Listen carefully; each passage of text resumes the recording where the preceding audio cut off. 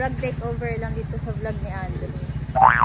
Pinapapunta kami kasi dito sa OPD, sabi sa may ER. So ngayon, pinaalis namin si Andrew dun sa pila ng OPD kasi sobrang haba ng pila. Ganyan ito ha. 3 AM umalis sa bahay. Tapos ngayon, anong oras na? Mga magsi 6 PM. Ay, 6 AM.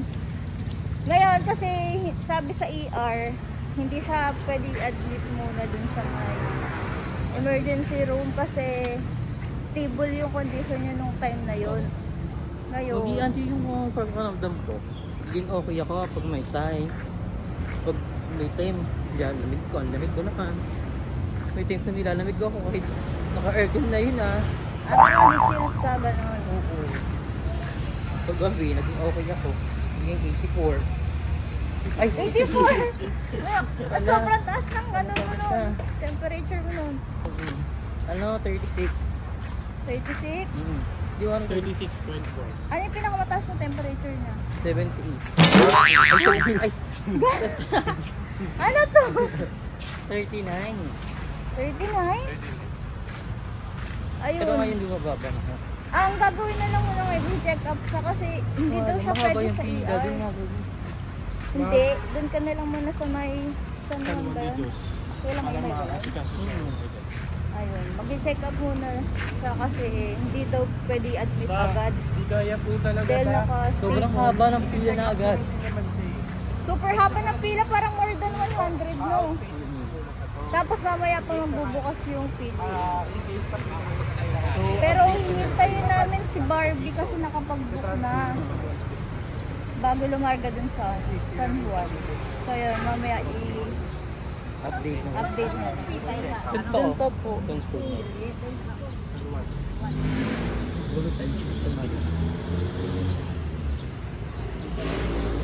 Ano bang feeling mo ngayon? The feeling is mutual. Ano ba? Hindi yan, ano ko lang. Nanginginig yung tuhod ko, di ba? Ano siya, na out of balance siya kapag mag-isang naglalakad. May kaganyan ako po. Kailangan sa'yo may Dahil na wheelchair. pag bumababa ako ng hagdan ganyan. Hanep yan. Ang hirap. So, ang gagawin ngayon, lilipat kami ng ibang hospital para ma-check up ko. Ang ganda. Hindi. Bye! A few moments later. Hi guys! Ito binoise record ko na lang kasi wala naman masyadong ganap. So, ito, nandito kami sa San Juan Hospital dito sa Pasay. Kitang-kita nyo na pumila kami sa PGH Maynila para sa OPD. Nakita namin sobrang haba. Sabi namin maaga na kami gumising, maaga na kami nag-asikaso. Sabi namin para wala masyadong pila. Pero ang nangyari, sobrang haba pa rin ng pila.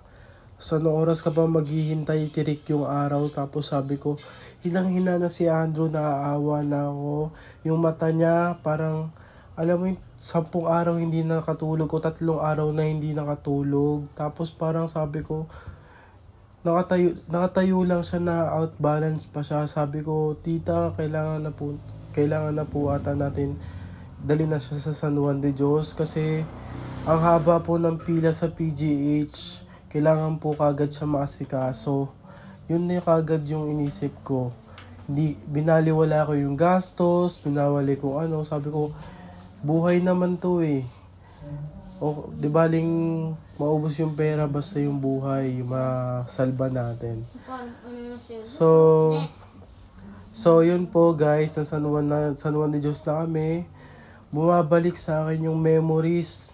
Ay yung nakikita siya na madaming ini-inject sa kanya, madaming pinapasok sa aparato sa kanya, ang daming ititest sa kanya. Sabi ko, what the hell? Di ko na alam ang gagawin ko. Ilang araw kasi ako nagbantay sa kanya sa ospital dito sa Cavite.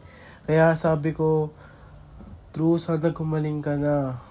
Yun lang hiling ko sa lahat ng sakripisyo at pagod. Yun na lang sana ibigay sa akin na sana gumaling ka na. Dasal lang ako ng dasal araw-araw. At sabi ko kay tita, tita kalma lang po kayo. magiging maganda rin po yung kalagayan ni Andrew. So nakikita nyo, ako po yung nagbabantay, ako po yung nag-aasikaso kasi si ate po may trabaho po, hindi niya po maiwanan basta-basta. Si tita po na mama ni Andrew, hindi po namin pinababantay kasi mabilis po siya ma-stress, kaya ayaw namin po siya ma-stress, ayaw po namin ma-high blood. Kaya sabi ko, ako na lang po magbabantay kay Andrew. Total partner niya naman ako. Isa rin ako ako sa kanya sa hirap at ginhawa, kasama ko siya. So yun guys, sana panoodin nyo ng video na to. At huwag nyo skip yung ads. At sana po, pagdasal na po natin si Andrew na maka-survive po sa gantong sitwasyon. In Jesus' name, Amen. Thank you. Maraming salamat po sa inyo.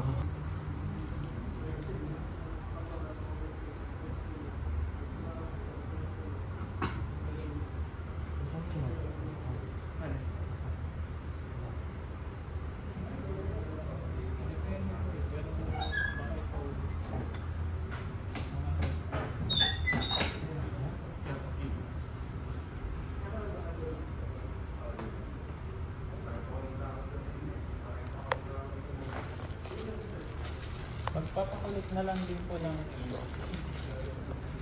Ayan. Tapos pabigyan mo lang po dyan sa nurse station. Okay. Kamusta ka na? Hindi gagaling ka na. Nasa tamang hospital ka niya.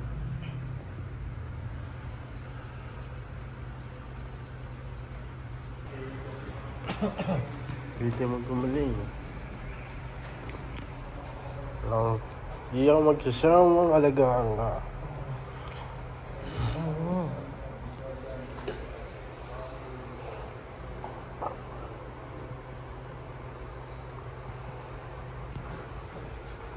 Love you.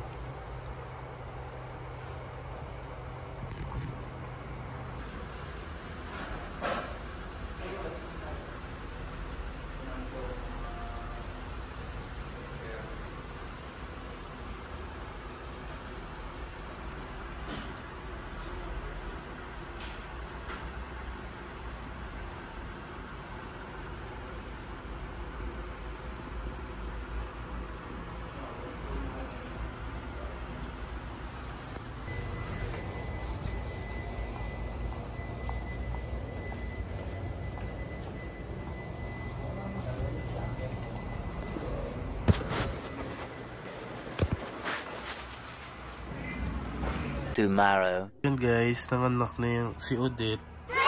Kaya wala si Andrew dito. Nasa hospital. Sana ito na yung sign para gumaling na siya. So magandang gift na to sa kanya after niya gumaling. Sana makita niya na yung mga anak. Hindi pa nagtatapos parang ginising ako ni Odette sa kakakamot niya ng unan. Magandang gift to para sa kanya. Ang cute ng baby naiyak-iyak. Ito tulog na yung isa. So ito may brown siya. Thank you, Dad. Sensya na wala si Mami. Maraming salamat, Lord, sa blessing na binigay niyo sa amin. Sana po gumaling na po si Andrew. Thank you, Lord. In Jesus' name, Amen. Guys, ang hirap kasi magpadede. Ang hirap na magpadede si Odette. Kaya ginawa ko ng paraan kasi kailangan dumede ng mga aso. Yan guys. Matutuwa na ito si Andrew pag nalaman niya ng anak na yung aso at healthy yung mga aso niya.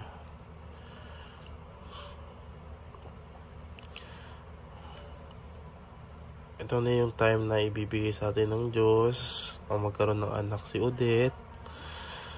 Lord, maraming salamat po talaga sa amin. Ayun na, nakakaramdam na siya na ulit ng mga anak. Nakakaramdam na siya na ulit. Hindi pa kasi ito yung last. Umiiwas sa Odette.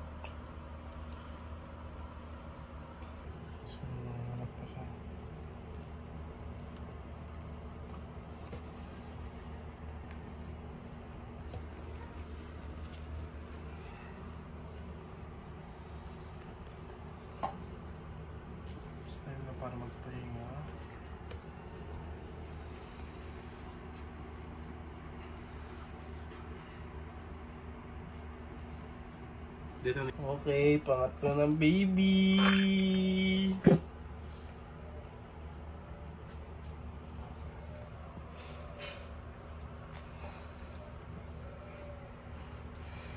Healthy.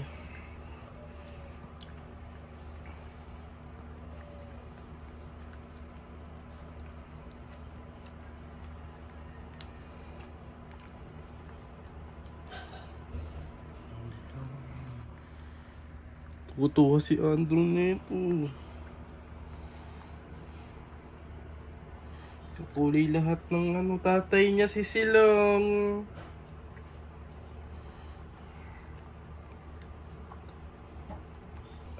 Salamat Lord. Pangatlo na to. Waiting na lang sa iba. So yun guys, na-dede na po. Ayun guys, naisip ko na yung mga pangalan na ito kasi ang gusto talaga ni Andrew. Pangarap niya yung pangalan sa mga aso niya is Mobile Legend. This is Saparsa, yung may puti. And then dito si Lilia. Tapos itong huling-huli, si Hanabi. Sana may Mia na, no? Lahat babae. So, thank you Lord. Maraming salamat sa blessings nyo. Sana magtuloy-tuloy ang blessings na mangyayari sa buhay namin dalawa. Thank you Lord. In Jesus' name, Amen. Hindi, dinami yung anak mo, dit. Ito na guys, yung pang-apat niyang anak. Saktong-sakto lang yung pag-uwi ko. Hindi nila umuwi talaga ako. Babantay sana ako sa hospital. Kasi iniisip ko, ilang days na si Odette. Andrew, ito na yung munting regalo namin sa'yo. Para gumalik ka. Ito na si Rafaela. Babae na naman siya, wait lang. Ay, lalaki. Lalaki siya. Si ano siya? Si Bruno.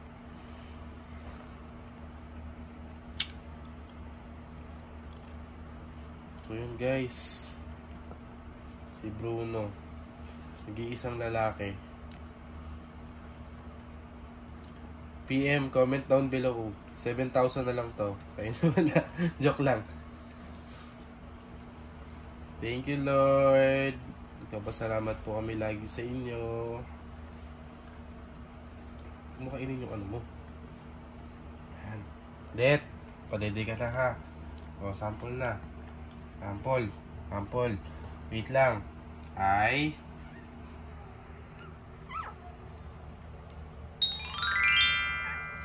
babies. Kompleto na sila. So ito yun na. Hanggang 4 lang yung anak niya. They have 3 girls and 1 boy. Thank you God.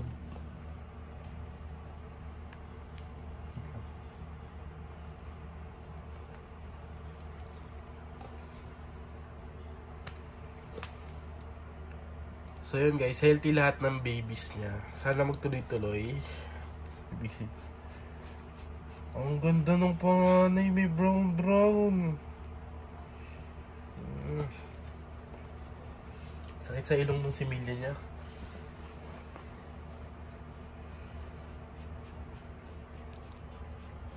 John, dito John. And thank you Lord.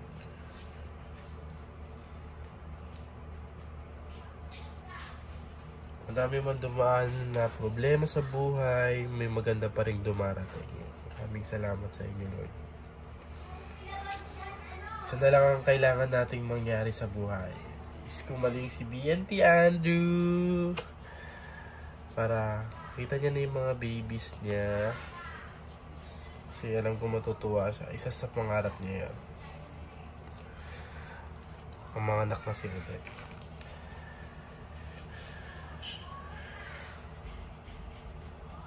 Nagawa na siya sa sulok. Guys, 5 yung anak niya. Nakakatuwa naman. Kala ko 4 lang, ang tagal lumabas ng pang-5. Sa awa ng Diyos. Meron na tayong tigril. Ang mga pangalan ng mga aso natin eh, no? Parsa, Lilia, Hanabi, Tigril, Bruno. So yung pinakabunso natin si Tigril.